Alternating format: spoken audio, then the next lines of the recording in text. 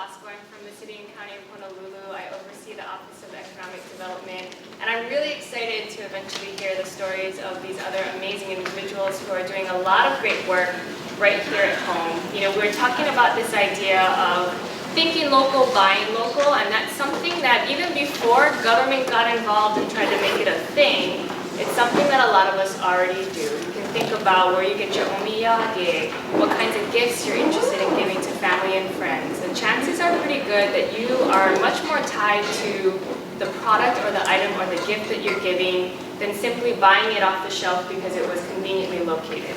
Most of the time, and we have the time to do that kind of shopping. And one of the things that we've seen in government is there is a big opportunity for us as an agency and an entity to support craftsmanship and to support entrepreneurs who are doing work right here in place and just maybe need additional support, whether it's foreign trade zone or it's working on different licensing or it's creating public-private partnerships to help and leverage that. That's where we kind of come into play. But even without that, I know I'm speaking from the government perspective, but what we're seeing is a huge shift in the consumer ideology. And you're seeing that. I know we have a lot of young faces in the audience. The internet and social media has completely changed how we connect with each other and how we connect with products. We're no longer interested, we don't have the same sort of blind loyalty to a brand just because it's the brand we've seen all our lives. We really do want to know beyond just the logo. We want to know the story, the history, who's working there, how long have they been doing it, why did they do it, where do they get their products, how do they source their materials, do they have safe practices that we as people can feel we share the same values. And so that's something that I think government can't necessarily step into that and create that environment. That's just something that we as an agency can support because it's already being created by the people themselves. A lot of the people who are up here, I am familiar with I've either eaten it or I've smelled it or enjoyed it visually, and that's because we have become interested in that and interested in a way where we're actually putting our spending dollars towards supporting that. We're talking about women, how do women support women? That's something that I really care a lot about. How do we support each other? And although we still find ourselves at certain points in time in a patriarchal society, we still have a lot of power as consumers and as women in our families to redirect where we put our attention. And so I encourage everyone to, the next time you do purchase something, to really think about what it is that you're buying. Because when you spend that dollar, and from a sort of economic standpoint, spending that dollar is fiscal, but it can also be emotional and it can be cultural. And one of the things that's been really exciting to see from my perspective is the fact that we have now found a way to see true intrinsic value in what were otherwise determined by modern Western society as handicraft, right? So they think it's a handicraft. But now we're looking specifically at these products as their cultural value, in addition to now elevating them to the point of true art, to where we're willing to spend the money on it. And that's where I think all of us have to really think, where are we putting our dollars? Are we actually putting it in a place where we feel that we can back that up? If someone were to say, why did you buy that? Can you back it up beyond the convenience of the product itself? It's very tough. It's very tough. And I think everyone here has done a miraculous job to find a way to blend the two, to create meaning behind what it is they do on a daily basis. And it is up to the rest of us to support that, because it's hard. It's hard to do that. It's hard to make that economically in this world. And government, in a lot of ways, government is what hurts that type of environment. We have a lot of rules, a lot of policies, we have a lot of restrictions, we have a lot of taxes. We make it really hard. I know people are laughing, but not really laughing because it's true, unfortunately. So until we on our end really create and recreate and sort of pull away the things that make it difficult for small businesses, it is up to the consumer and every single person who has the opportunity to spend a dollar somewhere. I do encourage you to really think about where you are putting that money. One of the things that we have seen, the Made in Hawaii brand, which we had a chance to actually hear a lot more in the fashion industry earlier, it's huge. Behind, I want to say it's Nike is number one. Hawaii is number two. Globally, as a brand, Hawaii, period. There it is. And so even more so what we can find is how do we leverage the brand of wherever we happen to be from, if it's Sri Lanka, if it's Thailand, if it's Vanuatu, how do we take what makes each place special and without appropriating it in a way that reduces the meaning and the essence of it, how do we support that and elevate it? And that is a very tricky challenge, but it requires everyone's support. Not just the entrepreneurs, not just the craftsmen, but also government and then the consumer and the people to really say, we're going to make this important and we're going to ensure that we support this environment. We were actually just talking about how do we do that? You know, if we have a challenge of where can people create their art and create their products to then sell, if we don't have a space, how do we work that out? Where do we put it? How do we finance that? And so it's a long trail of decision making, but it always starts with the intent. And I think one of the things that we as women do very well is we get to the essence of what we're doing and why we're doing it. We're not just going willy-nilly and we realize we don't have a lot of time in our lives, so we're going to direct it as best as we can. And so we're inherently designed to tap into that essential nature and importance and value. And that's something that I think we have to just leverage. We can leverage that into something that is economical. Going back to the Made in Hawaii brand, it is something we had also, there was another panel earlier today that was talking about fashion and the lifestyle of Hawaii as a sort of a fashion industry. What's interesting about that is it can go both ways, right? We can support our own, and we do have a responsibility to do that, but then we also have to recognize that there are external entities and forces that also want to kind of ride the coattails of that. So it's a catch-22 of things. But we're not going to be able to stop people outside of Hawaii from leveraging Hawaii as a brand. So what are we doing internally to make sure that the people who have decided, made an active decision to be here at home, how do we make sure that they can continue to do what they do? And that comes from, in some ways, government backing off or supporting, and then also the consumer base. So I see I have my 1-minute warning coming up. And yeah, no, I really appreciate everyone's time and look forward to figuring out how I can support all of these other amazing individuals. So thank you.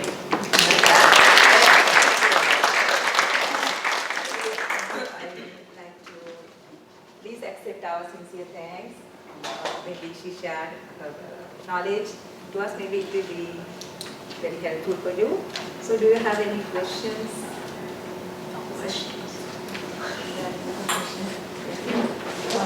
Hi Nicole, thanks that was a great talk. And also want to thank the City and County for stepping up and being one of the first images that locally made by themselves, because it's not in the crafted industry, it was the government taking a leadership. My question to you is in regards to the talk you just gave is, every year there's legislation that comes up in the state legislature about protecting the Hawaii brand and getting a little more detailed on how making people prove that, truth in labeling, that's what they're calling it. So is the city and county of Honolulu involved in that and supporting that legislation or testifying in favor of it in light of, what you just said about other people using the Hawaii brand? Right. Earlier today we had heard an example where it was designed in Hawaii but made in China, right? Which sort of hurts a little bit. Every year that truth in labeling bill dies, so maybe it needs more government support from the county. Yeah. So on the state side, and that's actually a really good point. This is actually the first year that all of the other counties, all the other offices of economic development from the different counties have gotten together collectively with the state, with DBED kind of helping us to organize ourselves to really talk about what are the things that matter to us. I have seen both inside the Capitol as well as looking outside that bill does die every single time. And a lot of the concern comes from the idea of, are we appropriately creating these barriers in business and how far can we push it as government? And it is important. I mean, if a lot of people are actually taking the time to make the investments, the capital investments, the lifestyle investments to do it here, how do we support that? I would encourage you, if anyone is here in Hawaii, to reach out to us because we need more voices in the chorus. That's part of the difficulty too, because as you can imagine, there's a lot of other business entities that feel like any further restrictions that would prohibit them from being able to put a label on would be a challenge to their success. And that includes whether it's fashion, all the way to the beverage industry. We have some beverages that use labels that promote themselves as being either here or there when they may not actually be. And the hard part is the lobbying dollars that go behind, for example, the beverage industry is huge. So when it comes down to it, there's not enough political cover for our legislators to be able to make that tough call. Even if we have all of the support and the testimony lined up from, say, myself and the other EDs or the OEDs. So it would be really helpful, because we are getting ready for the next legislative session, to organize that accordingly. Because that's something that, especially having listened to the earlier talk that I was at today, how do we protect that authenticity? So that it's not just giving lip service to being designed here, but it actually brings the entire process into place. Because it's a huge investment. Maybe partnering up with the agricultural industry, because that's a huge concern with, like, Hawaii coffee, Hawaii, those kinds of agricultural products, and maybe partnering with different industries. Just something that we can do in Yeah, that's a really good idea. I know we're probably short on time, but kind of playing off what you said on how city county can get involved and support sort of the whole Made in Hawaii thing, and based on Kelly's question and your responses, I mean, I think part of the problem that I've seen and kind of being on the inside of some of that beverage stuff is guys like Kona Brewing Company, I mean, the shipping is a major issue. So they had to move production because their brand grew beyond Hawaii. And I think that if we're going east, it's a different story, but when you're talking about going west and staying west, we've just watched Adobo Loco go and set up shop in California. And so maybe there needs to be a clear designation between, made in Hawaii versus created in Hawaii, something like that. And then supportive infrastructure. And it's both things, and that's where the language starts to get a little bit difficult for people. So we almost need to have a revised conversation about how we're defining what.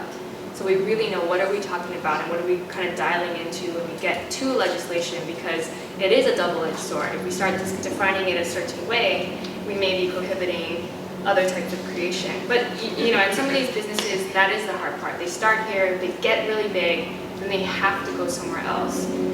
We see that in different places, different industries. So that's the flip side is, how do we prepare with the proper infrastructure? And I know that, I think Kona Brewing, they're actually opening up their own facility now at Kona and preparing maybe they already broke ground, but I know that was a big thing, because it also comes down to how you feel about it, right?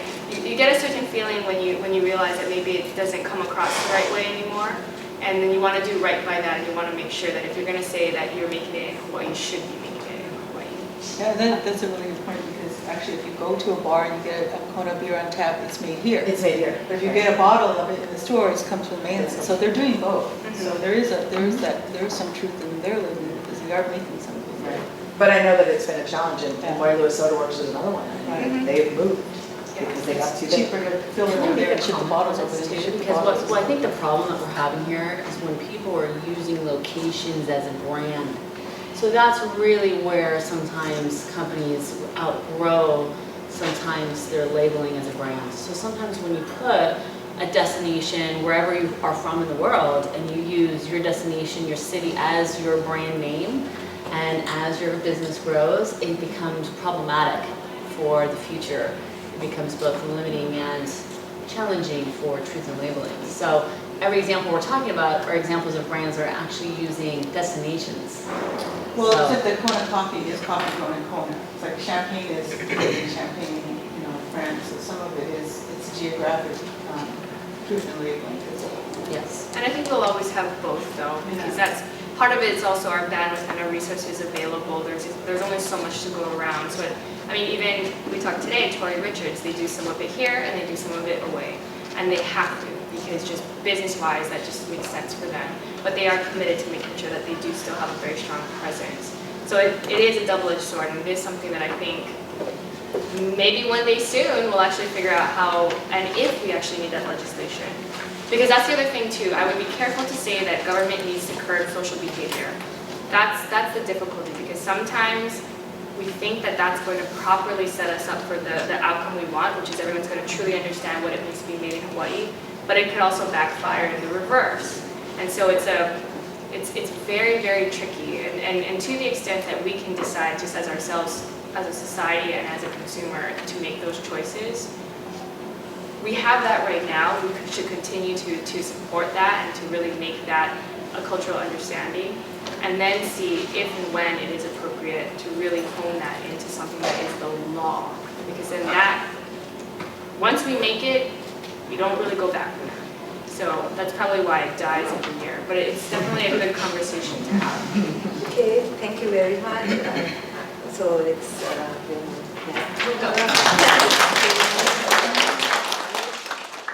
then I cordially invite Paige Chang. Is my pronunciation is okay?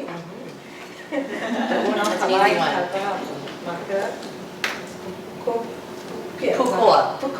Pukoa studies. I'm sorry if I'm not. Pukoa, yeah, it means the coral reef. Okay. So I cordially invite you to the presentation. So this is very exciting, being here and talking about buying locally and supporting local makers and just the whole idea of the Renaissance of Craftsmanship. I personally have experienced my own Renaissance of Craftsmanship over the last couple of years. I'm a kappa maker. And for those of you who don't know what kappa is, it is the ancient traditional textile of Hawaii.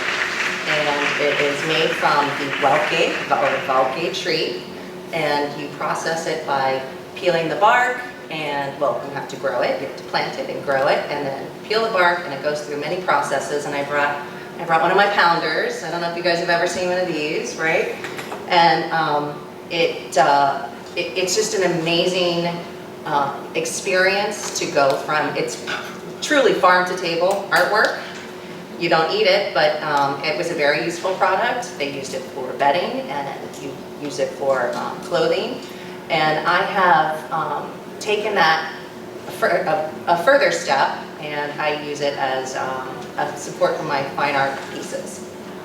So for me, the kappa making has kind of changed my whole business.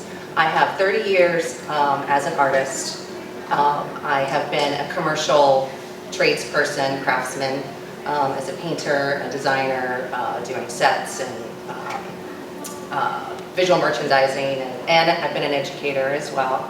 And my whole goal as an artist, I've always kind of gone back and forth between being a fine artist and being a commercial painter. One gives me money and one is for love.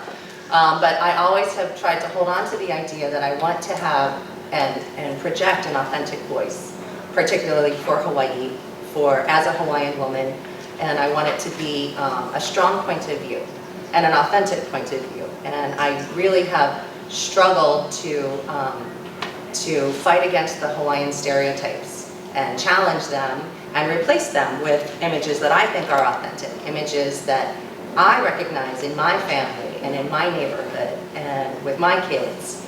And it's been hard because, you know, as a business owner, I need to make money, and so often my work is driven from my client. You know, they hire me to produce something, so I have to really keep in mind that they want me to do something a certain way. So I have painted a lot of palm trees in people's bathrooms, you know, and done a lot of, you know, beach scenes that, you know, when I try to say, well, it's in Hawaii and I'm Hawaiian, so it's okay, it still makes it a Hawaiian artwork.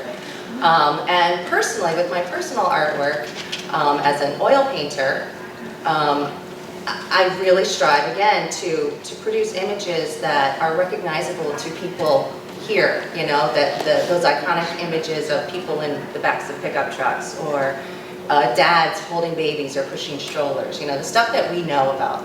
But there's still a little bit of disconnect because I am still worried, will the piece make it into a gallery, or will it get into a show, or will it sell, you know? So there's always this thing kind of over top of me.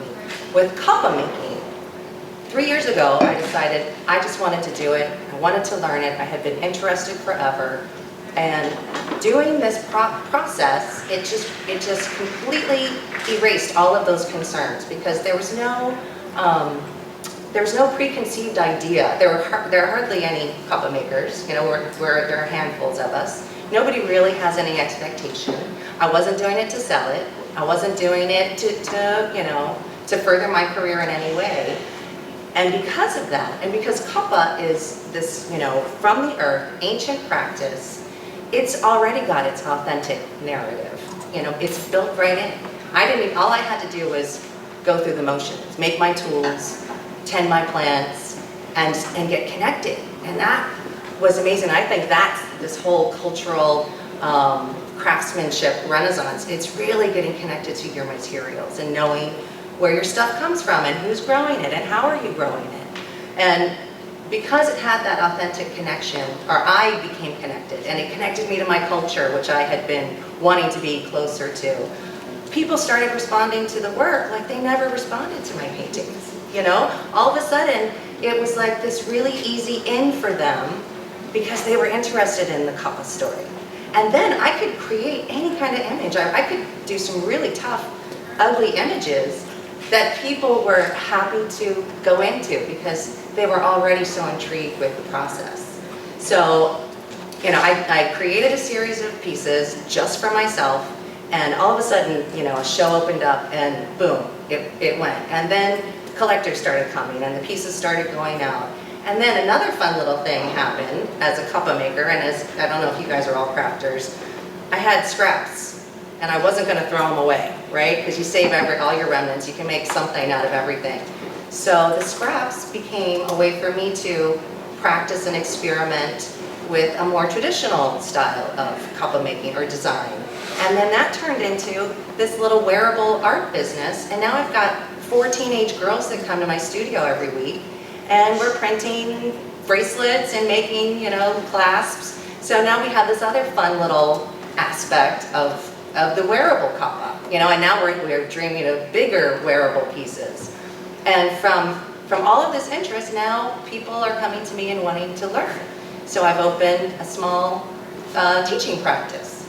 So this thing has and I've taught before, but it's a completely different type of student. It's people who want to be connected, who are willing to invest hours of time in building, making tools, building a practice. And my hope is that as a made in Hawaii product, this is something that is really authentic, that we can build an industry, we can start growing plants and making tools and exporting real Hawaiian product. I mean, this is like the real deal.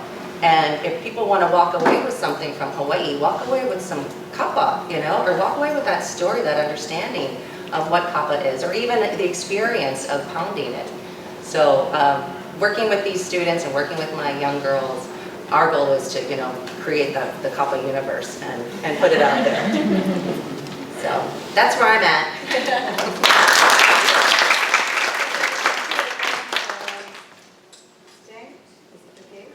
Yes. So, do you have any questions from Sacred Heart students? Do you have? Actually, I didn't want to hear more about it because I didn't know about that. It's interesting. Don't you think so? Don't you have any questions? You said that there's only a handful of people out there doing this, so where did you go to learn? To Makaha.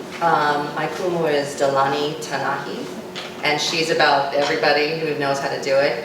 She's teaching it, and I wish I could tell you who her kumu is, but she's pretty much her generation's only kumu. So above her there were a handful, and then she had to really pick through it to learn how to do it. And that's kind of the other cool thing about kappa making right now, because it was this almost lost art. You really have to create your own practice. Like all you can do is get the basics, learn how to do the trees, grow them and make your tools, and then you got to figure it out. And Delani, my kumu, was really good about saying how, it was through a lot of tears and a lot of trial and error, figuring it out. And that's how my practice has been too. Sometimes the tree works for me and sometimes it doesn't. So, but I think there were 10 of us in my class, and that was 3 years ago, and it's a year-long class. So hopefully by now she's got 30 students who come through, and it's our responsibility, I think, to pass it on and share it and bring this cultural practice back into play. Okay, thank you then again. And I would like to thank you on behalf of the teaching seminar to share your knowledge and experience with us. Thank you very much. My pleasure. So our next speaker is Erin Cano. Is it okay? Yes. Sorry. I appreciate chocolate here and whole of chocolate. Is it? Chocolate. Chocolate. Yeah. Okay. Please. Sure. Sorry for all the mispronunciation. No, not at all. Hi, I'm Erin, and thank you again for having me here today. I'm really honored to be representing my whole chocolate family here. I actually wanted to start with just a video because everybody likes to look at chocolates and then usually eat it, so you actually will get to eat it today. Oh, thank you.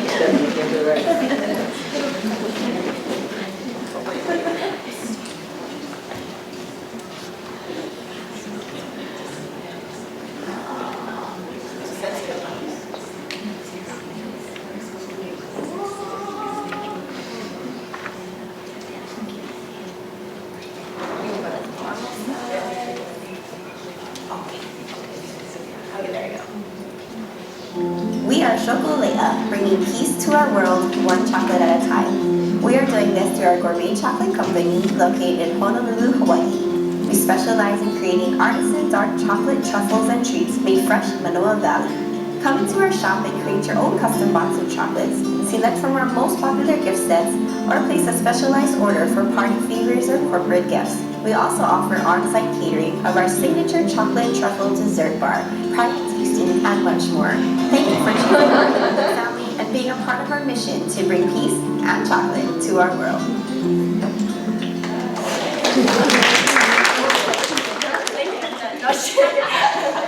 Well, I'm really excited. You're actually the very first people to see that video. We just made it. We're going to put it on our website hopefully next month and redo our website. But it gives you a 30-second clip of who we are.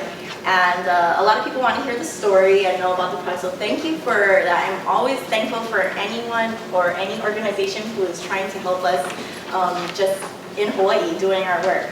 And basically how it started is I am a diehard chocolate lover and I just like eating chocolate. I went to an expo where I heard about a guy giving away these beautiful, just most amazing chocolate shaped like jewels and crowns.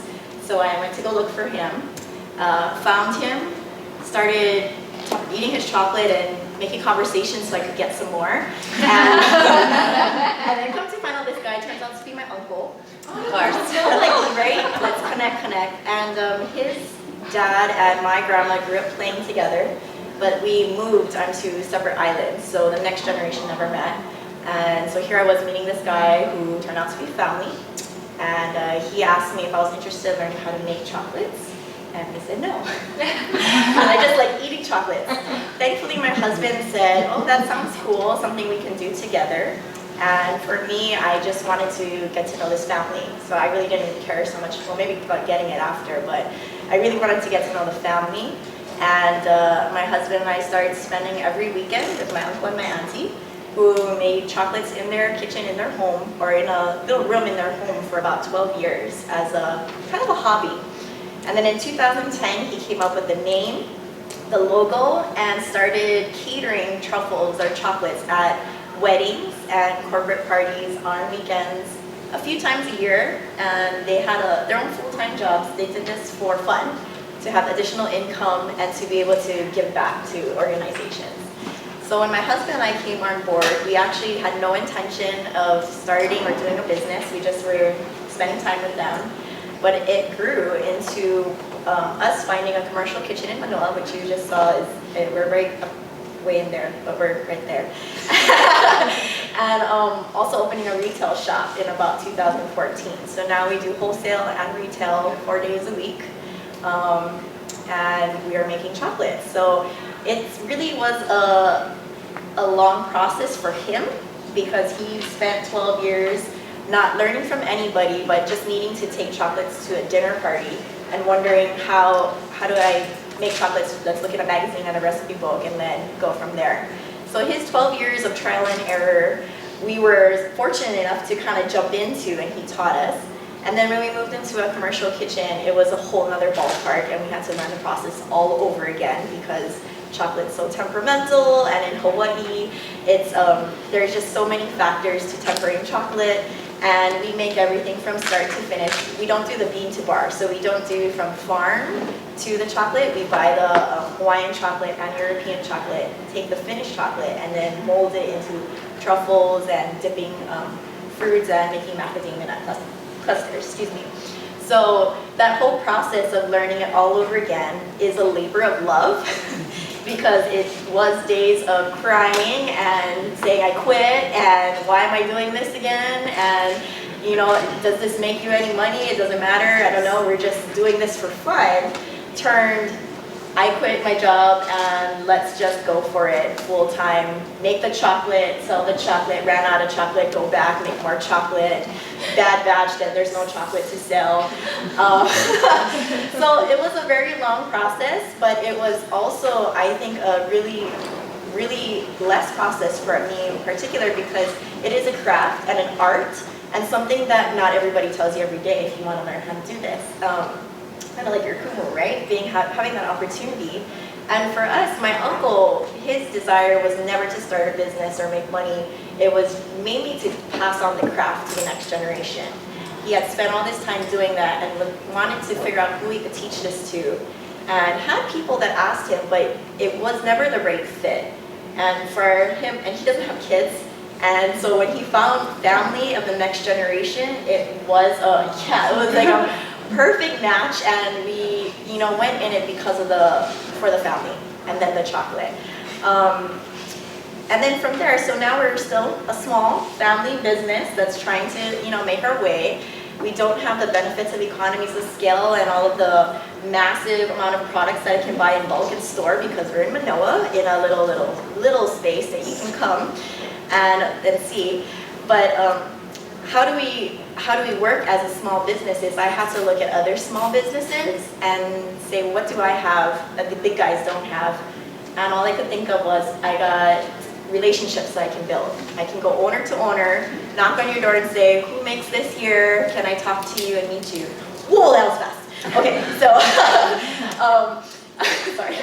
How can I meet you? How can we work together? And so we are doing that now with like Ohana Rum and using their rum in Kunia, Hawaiian Pie Company, grabbing their pumpkin pies and putting it in our truffles for Thanksgiving. We use Bradley and Lily Fine Stationery to help us design our packaging, Edward Enterprises to print it here in Hawaii. We are developing those relationships. And when we hear their story, because sometimes you get that opportunity to hear it, you want to support them because you know what they're going through and what they're doing. So together, we're really trying to, you know, use each other, push the business to each other and say, check these guys out. They really are doing a great job at what they're doing, and leave what they do up to them. And we just focus on chocolates. And so I guess to close, our mission is bringing peace to our world, one chocolate at a time. And we truly believe that. That's how we started. So we are really trying to actually do as much as we can so we can give as much as we can. Because we love people more than chocolates. We love, I mean, that's how we got started to learn how to make it, was because we cared about the family. How to partner with other businesses was really because I was interested in what other businesses were doing, more so than what they could give me as far as ingredients. And then now we're also just trying to have these kind of opportunities to spread awareness so that we can keep growing and keep giving back to fulfill our mission. So, okay. Okay, thank you. I'm also a chocolate fan. Okay, let's move on to the next speaker and let's do the Q&A session afterwards. Okay, Judy, I invite you, my friend. Okay, please, sustainable agriculture programs. Yes. Well, thank you very much for this opportunity, and I'm really blessed to be like in such a panel of such esteemed guests. So, let me share with you why I'm in sustainable agriculture. Actually, I do not have green fingers. But how I got dragged into this, or pulled into this, was actually because of my husband.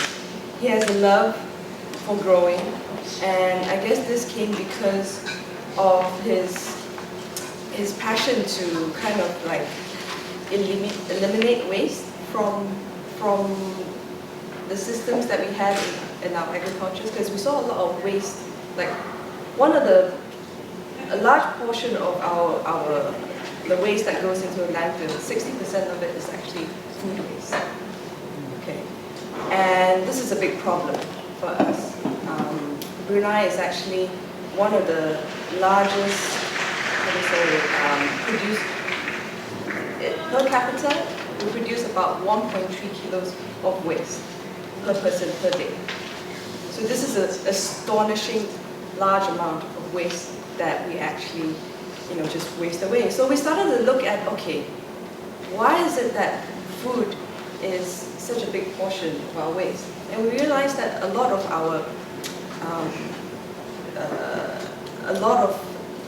the agricultural waste is actually not being reused in our own system. So hence, because of his passion for trying to recycle waste, we started to look at more sustainable ways of growing. And our first project was actually Aquaponics. I'm not too sure whether you've heard of that before, but what that is using the waste that comes from fish to kind of recycle back into growing plants. So we started out really small and then grew to something that was much larger, which was like a vertical aquaponics. And then we decided to look at other ways of how we can eliminate waste in our system as well. So we started to look at composting and how we can use that in our agricultural systems. And yeah, so actually, we're still a startup at this stage. We're still learning. The reason why I'm here in Hawaii because I know that there's a huge farm-to-table movement here. And to be honest, where I come from, farm-to-table is not something that's very common. People there are very price sensitive. But we understood that it was very important for us to actually look into this, and hence, coming here to kind of see what examples and what models that we can actually model against. So on the first few days when we came here, we went to see, I think what's it called, table, which offers like a farm-to-table sort of, concept. And yeah, I guess what I'm trying to say is that,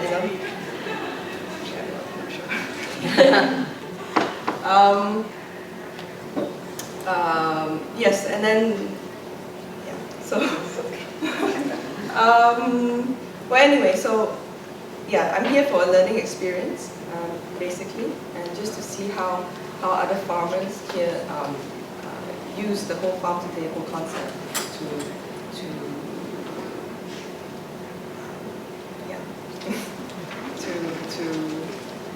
sorry, I actually had slides, but I don't know why I'm not using them.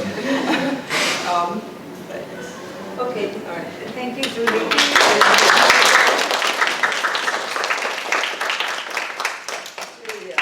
She has changed my idea because earlier I didn't want to start the business. Now I also want to start that kind of business. Okay, thank you, Julie. I would like to invite our final guest speaker, Dara Roberts. Okay. And the company is Malie. Okay. I'll just say that for you. Okay, thank you very much. Yes. Yes. So I own a company here in Hawaii called Malie. I'm not sure if any of you ladies have heard of it before, but we are a Hawaii lifestyle brand. And what we do is we use organic and natural Hawaiian grown ingredients and we craft them into a collection of products. We make beauty products, spa products, gift products, home products. And I started this company in 2004 with very small, very humble roots. We're all women here. I think a lot of what we talk about here is, a family where we come from. And I had my first daughter and decided that I really wanted to make a major lifestyle change.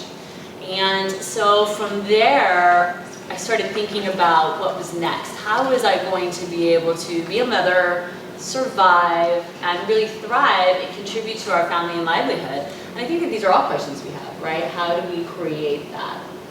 And so from there, I started looking around me in my community of Kauai. I live in Kauai, it's a garden island. And of course, we have so many amazing plants and flowers, fruits, some really unique things here to Hawaii that truly are special in the world. And from there I started thinking, okay, how do I take that outside of possibly a food product or a beverage product and create that into a consumable that we can actually think about selling, exporting, and creating a bigger market for it. One of the things that we find a lot of times when we look at food products or beverage products is that we're in a kind of a price point, right? And it can be very challenging to manufacture goods, bring them from the farm to the bottle, and get them into a product that has a large enough global marketplace to potentially, ultimately export. And really from really evaluating the challenges of some of the costs of goods for a remote destination like Hawaii. We're in the middle of the Pacific Ocean. We have challenges in regards to costs for labor, materials, packaging. All these things can be very difficult when you're a craftsman outside of an artist. When we're talking about being able to produce a product and duplicate a product that's not necessarily you're specifically touching, right? That's the challenge as a craftsman. How do we actually create a product that can be more than just me making it in my garage, which is really where it started. And so that's where Melier came from. What I realized right away is that we didn't really have any natural essences of our plants. And from there, I too worked with the Kapuna in the South Shore, and we started working with medicinal tinctures. And people had been using hydrosols and medicinal tinctures for consumables by mouth for 1,000 years.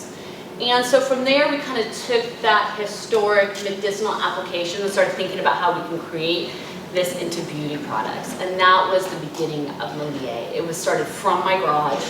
And just like you, I started going door to door with one product, thinking how can I possibly start selling these ideas, selling these products, selling these creations, these tinctures. And another key element, as you had mentioned as well, is I think everyone had kind of mentioned, all three of us had kind of talked a little bit about the importance of collaboration. So, what happened was that there came a point where, okay, great, I'm developing these small custom spa programs for, the Inara Spa in Kauai and the St. Regis Spa in Kauai, and, we're going to take the taro from the fields, and we're going to blend it with some mango butter, and we're going to craft spa treatments for the spas, and that's amazing. But at the end of the day, we want to think bigger. How do we get bigger? And that's where collaboration comes in. And really, it was important for Melier. One of the contributing factors to be successful is where we are now with over 100 products. We have 5 Melier branded flagship stores. We're in most 4 or 5-star hotels. We're in 300 retailers from coast to coast. But the only way to get to that was really collaboration. And that was working with other companies and other artisans and other craftsmen, and really working with them and saying, this is the vision I have. And this is the product that I would like. And how can we work together to create something that we can both share in the rewards of. And that's, I think, an important part of being a craftsman a little bit.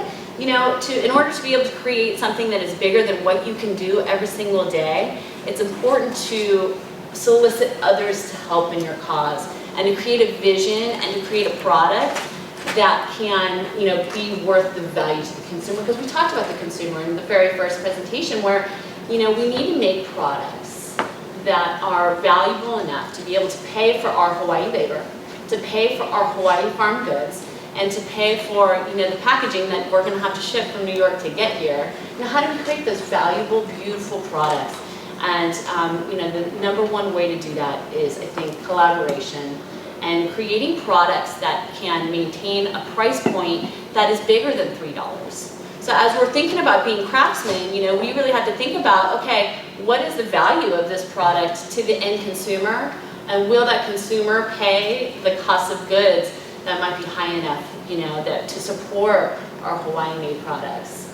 And there have been many times where, for example, hey, by the time I put, organic butters and oils into a bar of soap and I let it dry for 12 weeks, I can't afford to sell soap anymore. So I guess I'm just continuing soap, We just brought it back, but these are the real questions that as craftsmen, we have to kind of ask ourselves.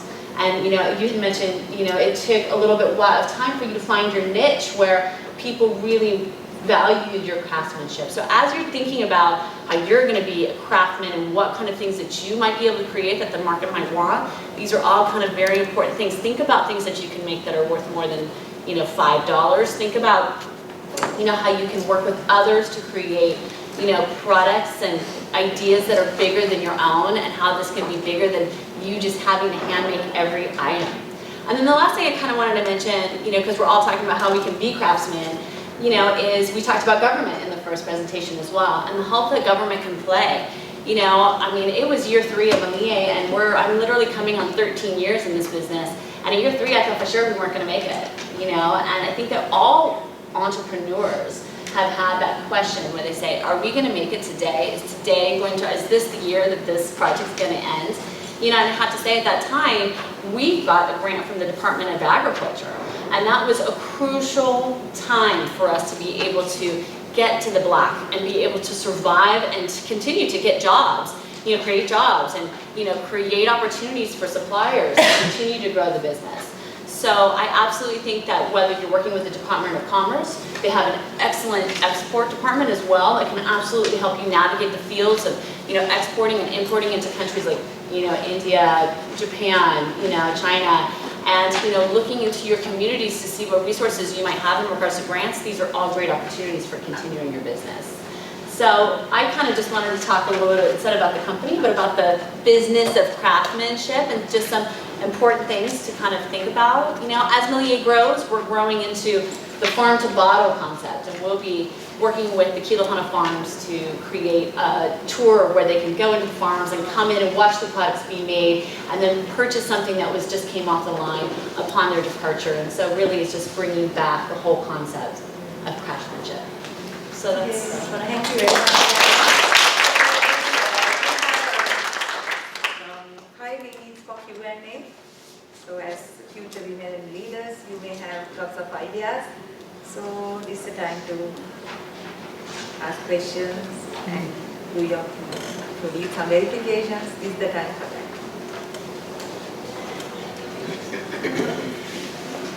Question for Dana, I guess about the collaboration thing. It sounds like because you're on such a larger scale too, like negotiating all the contracts. I don't negotiate. I'm going to tell you right now, you know, one of the important things whenever you collaborate and like negotiate, you know, I've got a vendor on Kauai right now where, you know, I'm telling her we need something new because the product sales of the product categories which you supply me are down. And how can I support you to survive today?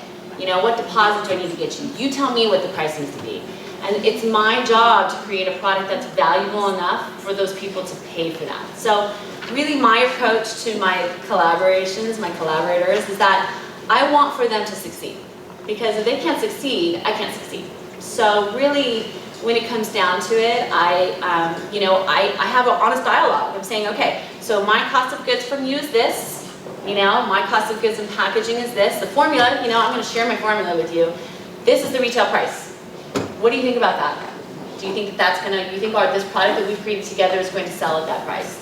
And, you know, usually the vendor will say, I think, you know, that's fair. And I say, I think it's great, let's go. Or sometimes they say, I think we could change the formula like this possibly, or we can change it like this. That's when we get creative. I can drop the box. Maybe we'll just tinfoil that this time. And we'll do, you know, so that's where the back and forth comes.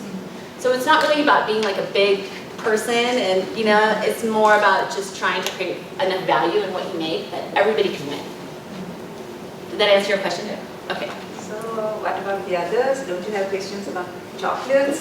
6:15 outside.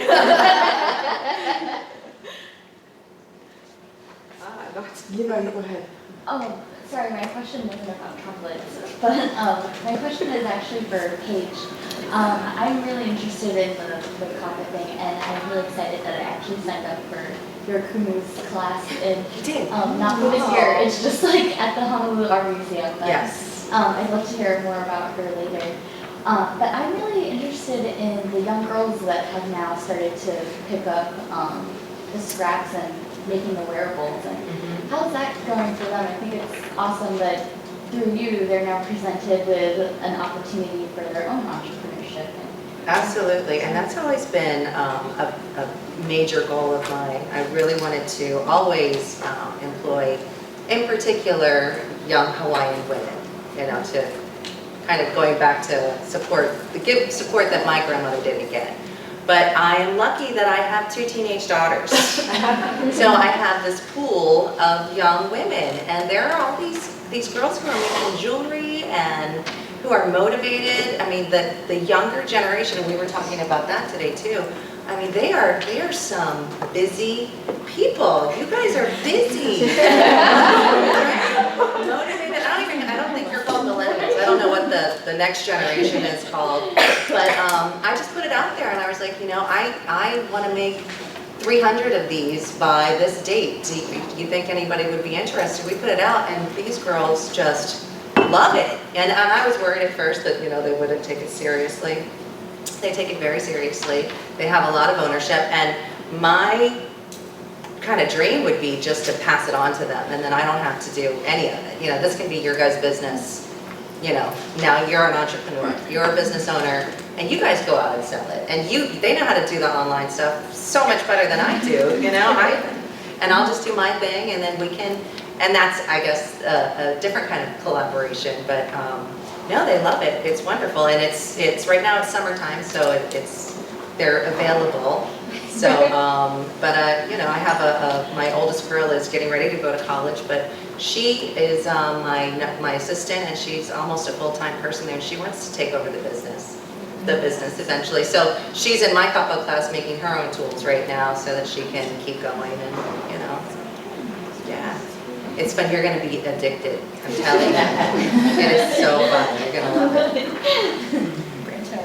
Yeah. We have 2 more minutes. I have a question for Jody. So can you tell us a little bit more about what types of sustainable ag systems you're starting to utilize, and how much space you're needing, and what types of resources you are starting to provide through those processes? Well, currently we're adopting the Permaculture Concept. I'm not sure whether you're familiar with that, but basically that is looking at the environment and see what are the resources we have in the environment, and see like how you can design it in a way so that you don't have to continue to put in resources to make sure that, you know, it has the yields that it can reach the yields that it can. Other systems that we're thinking of introducing is also agroforestry.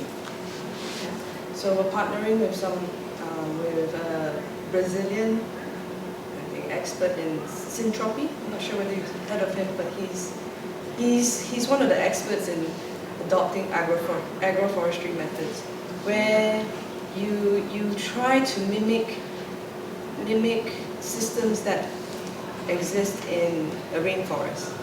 So within the rainforest, you have like the top tier, the canopy, then it goes to the how do you say, I think the middle tiers of trees, then you got the vines, then you got the root crops, and so on. So we're still trying out all these systems, and still very new in this. But yeah, it's all about trial and error for us to see what actually works and what formula works in our climate. Okay, thank you very much.